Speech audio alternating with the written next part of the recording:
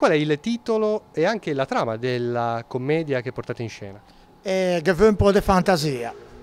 È una commedia brillante, molto comica, e tratta di una famiglia genovese che parte per le vacanze e ne succedono di tutto e un po'. La prima serata venerdì 27 luglio dove la porterete? A Casarza Ligure, in Piazza Unice per il comune di Casarza, alle ore 21, venerdì 27. Il giorno dopo invece, sabato 28, un appuntamento invece dedicato al volontariato, come mai? Certo, noi facciamo molte commedie per i volontari e di conseguenza la facciamo a Chiavari, al Teatro Caritas, per le Telepace. I Senza Pretese che compagnia è? Che cosa fate? Questa compagnia è nata 24 anni fa, infatti un altro anno faremo le nozze d'argento, e è nata con l'idea di aiutare la nostra parrocchia San Paolo in Pila.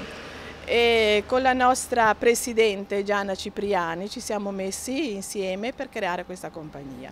Abbiamo dato le nostre commedie per tante associazioni di volontariato che facciamo molto volentieri. E, cosa dire, siamo stati nel 2011, ci siamo costituiti associazione culturale, abbiamo accolto tanti giovani che hanno voglia di fare teatro e bambini.